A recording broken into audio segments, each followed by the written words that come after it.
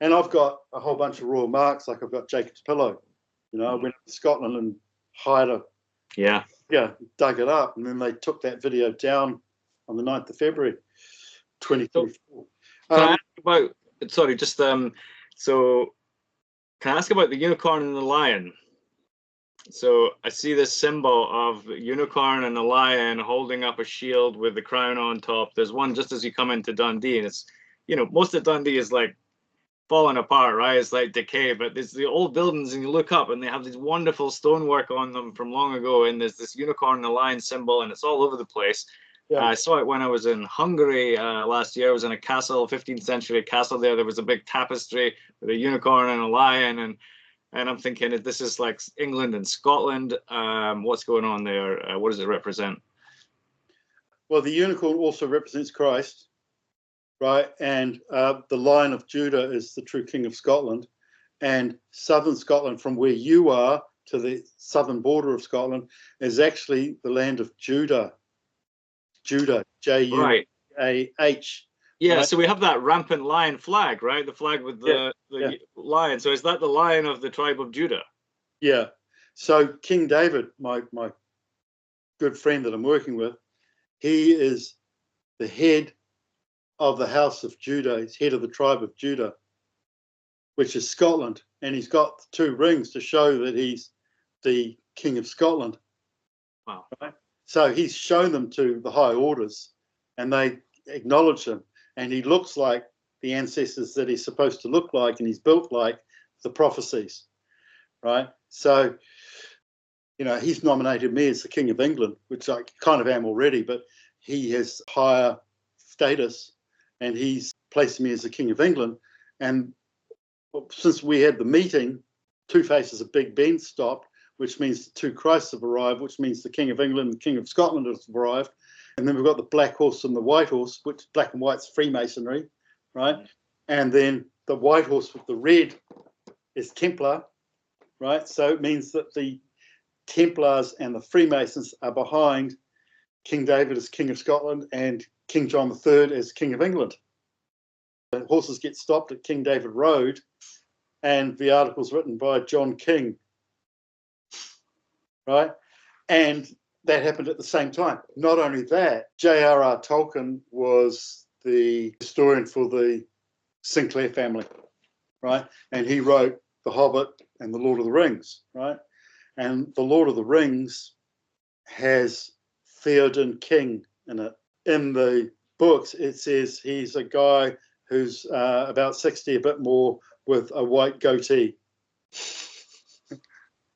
who rides a white horse, right? Now, at the same time that 2 faces of Big Ben stopped and the black and white horses ran through London to King David Road, the guy who played Theoden King in The Lord of the Rings died. Whoa. Oh, man. Right? With he in the place as Theoden King in The Lord of the Rings, right, in real life.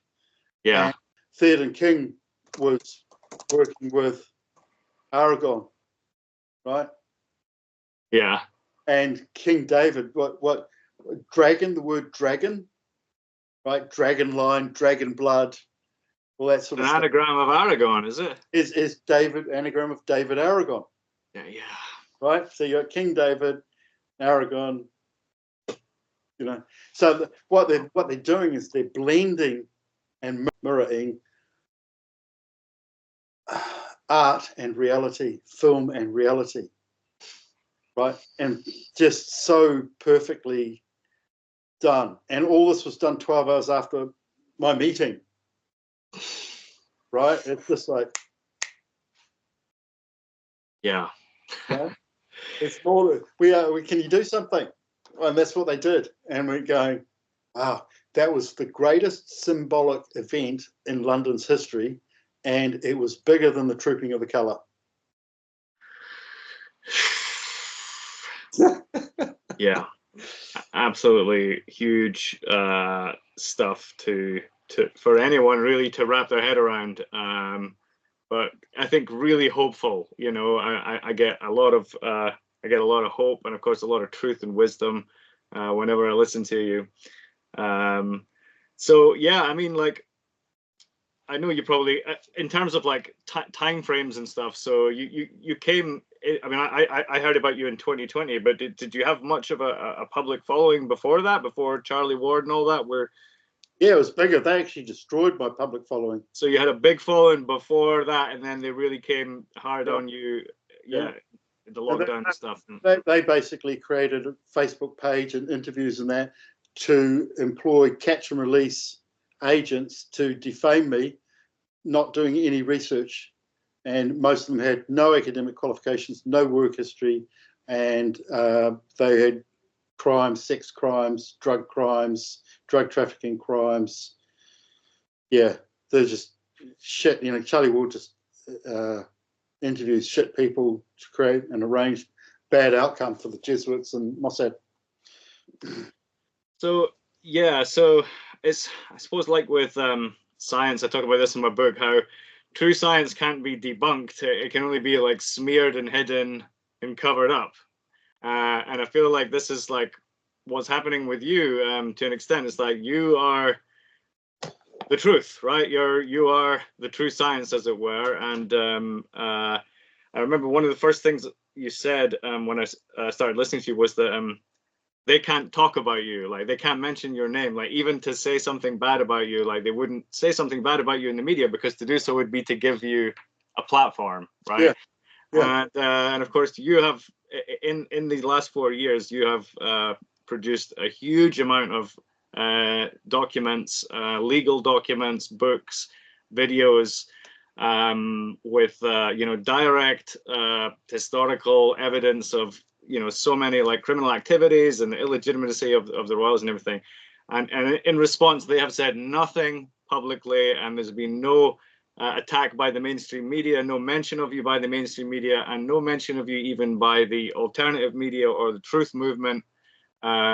You know, essentially, you've just been on your own with a dwindling audience, and I'm lucky enough to have been one of those ones who still managed to see your videos. Yeah. But yeah, it's just an extraordinary thing. But you're, at the end of the day, you're still here, and the royal family are. I mean, where the hell are they? You know, they've all just disappeared or skulked off into the shadows, like you said. Abdication by silent acquiescence, right? They're gonna like just disappear off, and you're never gonna hear from them again. Yeah. So I should just, at that moment, I should just show this. This is the royal mark of the bodyguard of the king, but it's also marked Prince Regent Duke Governor, which means king to be. So yeah, all of that's happened. You know, like Princess Diana knew that I was the true King of England, so she conceived Prince William on my 20th birthday and gave birth to Prince Harry on my 23rd birthday. I mean, wow. What are the chances? You know? Yeah. And even the raven in the Tower of London that left and was found in a pub in the East End, that was named after me. Really? Yeah, I remember reading about the ravens. So this is was it 6 ravens kept in the Tower of London, and it's like if one was to leave, then that was a symbol that the crown is over. Is that right? Yeah, well, it was actually, if all of the ravens leave the Tower of London, the British royal family is over. So with the bombing in World War II in 1943, all of the ravens left the Tower of London. So Winston Churchill, who's the biological father of Queen Elizabeth II, he went, oh crap, my daughter won't become queen. So he got ravens and stuck them back in Tower of London and had their wings clipped here. But they only fly short distances. And then they named one in 1981. So I finished school in 1979, and I had really bad acne. Plus, like, you know, I look like my face looked like the coronavirus. Actually, you know, I could literally squeeze a pimple and hit a mirror 3 feet away. And it was so I used to pop my acne and then clean off the mirror, and then my face in meths to make it shrink, you know, just to give that astringent thing. And so I go to school and smelling like an alcoholic. So I got the nickname Grog, right? And then the raven that left the Tower of London in 1981 was called Grog. They'd named it after my nickname in 1979. Wow. So they knew who I was back then, and they were introducing me like King George VI and Queen Elizabeth II's Sergeant Surgeon, which means doctor. He would come around to our house and visit, and we'd go and visit him. Mm-hmm. And he would introduce me to the illegitimate royals in New Zealand, which was King George VI's son, who actually outranked Queen Elizabeth II. He was born Christmas 1927. His name was George Fitzratimer. And he was actually the product of the Second Balfour Agreement. And on it goes, and on it goes. So what I found is, if you read history and you read science and you want to understand what all this rubbish is about, you know, this fake looping they do using really technical words, no one knows what they mean, they skip over it, and then you find out what the word means, and it actually means the opposite of what you think. And then circular logic, a lie and another leap of faith jump, you know. And it's called circumlocation. We actually talk around an object and never actually identify it, what you're actually talking about, right? And then they go, then the Jesuits go, oh, you see, I've proved my point. And they've never actually addressed the point at all. And lawyers even try to get away with this in court. So what I found with studying history is that it's really, really hard to find out what really went on unless you talk to someone in intelligence who actually tells you exactly what happened. And then you can see how close the lie was to the truth, but they've never actually said it. Yeah, yeah. And they do that in physics as well. There's like something, I mean, all physics teachers probably said it at one point. They say, physicists are not concerned with what things are. We're concerned with how they behave. And, you know, this is, you know, one of the ways that, you know, when you're talking about electrons and protons, and I go into this in the book, but you know, these particles have never been isolated, right? And identified, you know, they are conjecture, you know, they're invented in the human mind and used to explain phenomenon, you know, natural phenomenon.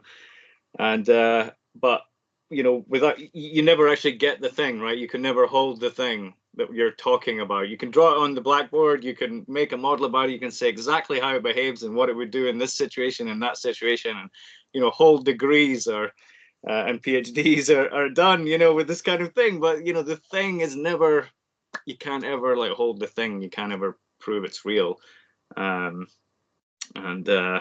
Yeah, anyway, I'm saying this they say we talk around it. You can talk around it forever. You can do all kinds of theories around it, but the thing, never manifests.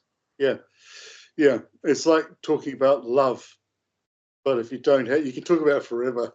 Yeah. You haven't experienced it. Yeah. I actually got my highest mark at school in physics. Well, highest mark at school in the subject of physics. I actually got an A. It's my only A. And I was standing up in class talking about alternative physics when I was like 17. And, you know, I spoke for like 10 minutes and the teacher was going, yeah.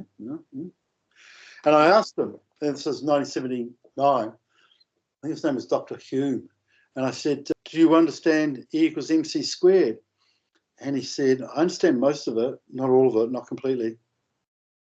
I think that was a bluff, because physicists don't want to admit that they don't understand E equals MC squared and that it doesn't work, right? Hitler called it Jew science, right? And the Germans are really good scientists, right? German science is pretty good, and stuff is fluff, right? Yeah. We've got the same in literature. We've got solid history written by, say, intelligence agents that actually happened, like I think his name was Forsyth. He was an intelligence agent writing. Ian Fleming was a banker, but he's an intelligence agent. So that's lasted the test of time.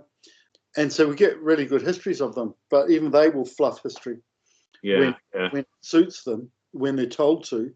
So scientists are told to fluff science because, like you say in the book, they don't actually want you to know because that gives you power, and they don't want too many real things to be made because that will empower us. They don't want us to have knowledge, and they don't want us to be empowered. Our history is falsified, so it doesn't go anywhere. And our science is falsified, so it doesn't go anywhere. And our histories are falsified, and our laws are falsified. And one of the history and laws that's completely falsified is the Magna Carta,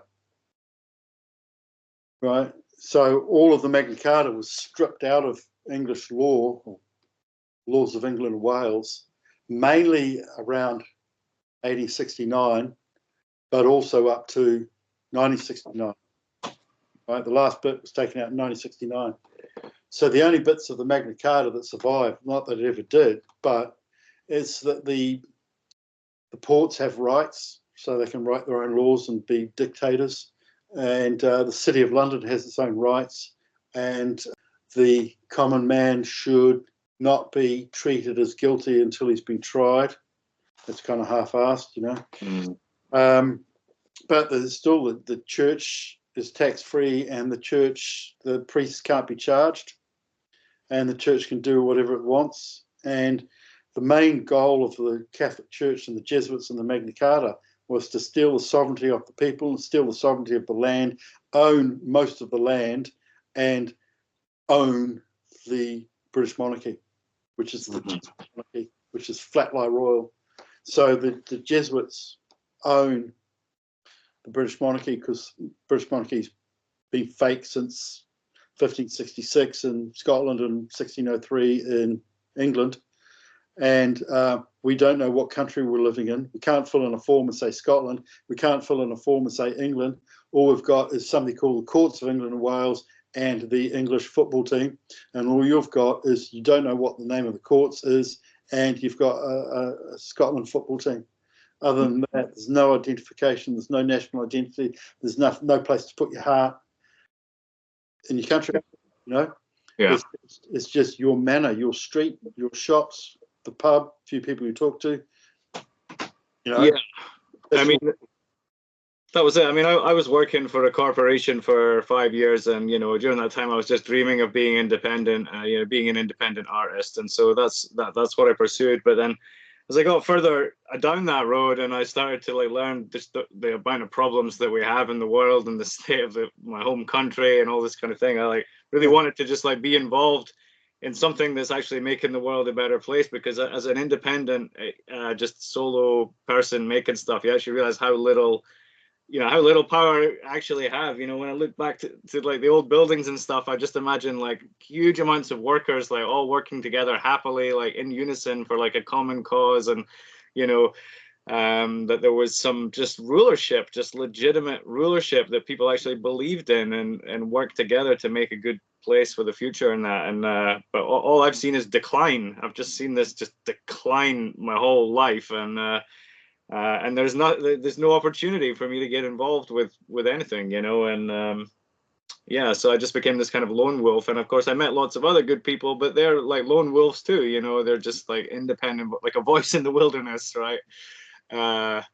But you know, all kind of groups and corporations and all that seem to, well, they all just seem to be corrupt, which was showing up again in 2020. It was like anything that was like a group mentality seemed to just like get right into the coronavirus mindset. You know, all groups, like businesses, corporations. It was only really individuals I saw that were like able to resist the pressure. But can I just chip in there? Yeah, go for it. I'm not sure if I said this earlier, but I was the first person to state on the public media that the COVID-19 had not been characterized, or what was originally called coronavirus had not been characterized. So they couldn't have a vaccine for something they didn't know what it was. And now they're admitting that COVID-19 never existed. Yeah.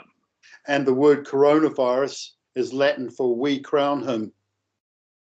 Right? Yeah. So it started off Corona. 2020, it's called we crown him, it's everywhere. And then they changed it to COVID-19, and then they brought a vaccine in that didn't work, it poisoned everyone. So you see how they start off, I'm doing a high thing, and they're just taking it to the bottom level as low as they can, and then profit from it, like trillions. Yeah. Yeah. That's so true. Yeah, it just down. Yeah, that's how I felt as well. So deflated. Like I'd been doing all this work to try and raise, like be the change you want to see in the world. Make music that people like. Be a good guy. Raise the consciousness. And then it was just like bam, like everyone was just like right down in the muck. Yeah. Believing in molecular terrorists, I like to call them. Molecular terrorists just going around invisibly attacking people. Like, I mean, it was mad. Like, it was like the Twilight Zone for us, because I didn't believe in the virus from the start, and just going around in a world where everyone was apparently buying into it was just the strangest thing. And I guess I felt like a type of persecution, like when the media started putting out all these like stories against the unmasked and the unvaccinated, like it was like vitriol. It was like they were trying to drum up hate. It was like they wanted people to like gang up on us and attack us and push us out of their communities and stuff. And of course, I thought there was just going to be no place for people like me in the future. I thought like this is literally going to happen. I'm going to be grossly outnumbered. It's going to be like 90% of people all jabbed, all on board with it, and pushing the rest of us out. But Okay, of course, a lot of my worst fears didn't come true, but it was nevertheless quite a scary time. Well, let's look at all the divisions they created. They want to divide us, divide and conquer, right? So we had coronavirus, which means we crown them. So that was an announcement. We had that being stood up by the NHS. So we had all the NHS staff standing outside. NHS stands for New Hallett Sovereign, right? And they were standing in such a way that the placards behind them were reading coded messages about me. So they're putting it out there, right? They were giving the populace vaccines, which was for COVID-19, which never existed and hadn't been identified. And it was basically a dog's throw toy, an orange spiky ball. Yeah. And at the same time, the flat Earth, round Earth theory was reaching its peak. Mm-hmm. It was dividing people between flat Earth and round Earth. Mm-hmm. Both have bad science in them. Not many of them have insights or a good model. And they don't take into account of all the different things like Camelot meaning curved light. Camelot meaning what? Sorry? Camelot means curved light. One of its meanings is curved light. So light curves. So is the Earth flat? Is it round? Or is it round? Because the light curves, so it's hard to tell. You people can't. Plane windows are all curvy. There's just all sorts of stuff. I don't want to get into it because it's a wasted argument. I think it's been discussed at a huge length as well. Sorry, go on. So we've got that division. Mm-hmm. And so we're looking for national identity. We start off with coronavirus, we crown them, gets into the COVID-19. It's not identified. There's a fake cure for something that was just poisons that couldn't cure anything that hadn't been identified. And then we've got flat Earth, round Earth theory being pumped at us. And then we've got massive negation of blacks and brown skins from unnamed countries with no identity, mm-hmm. who are coming in and getting £3,900 a month. Mm-hmm. Right, plus BMW 5 Series, state wagon given to them. The Prince of Wales Trust, which is run by Charlie Boy, Chuck the Turd, he's paying the Islamic hairdressers he's giving them £25,000 to start up, to create a shop into a hairdresser's, and he's paying the first 3 years' rent. Right. Is this the Turkish barbers? They're popping up everywhere. Getting funded by Prince Charles, Chuck the Turd. So after 3 years, they are 50, 100 grand ahead of a white hairdresser, right? And then all the Islamic hairdressers have to do is sell their business and then start up another business, even if it's under a new immigrant's name, and get another £25,000 and another 3 years free rent. Mm-hmm. And build that up and then sell that again. See how it goes? Yeah. So, and the Prince of Wales Trust is funding it. And the Prince of Wales Trust is funded by dead people who haven't made a will. Oh, right. I see. Yeah. And it's also funded by the war in the Ukraine. Mm. Oh, well, all the money for Ukraine is, some of it's going there, I suppose, or. Well, yeah. So I'll give you an example of the corruption of Charlie Boy, Chuck the Turd, who wasn't crowned over Jacob's Pillow or the Coronation Stone. Mm-hmm. He was crowned, because I've got that, right? He was crowned over a sewerage manhole cover. And that's why I call him Chuck the Turd.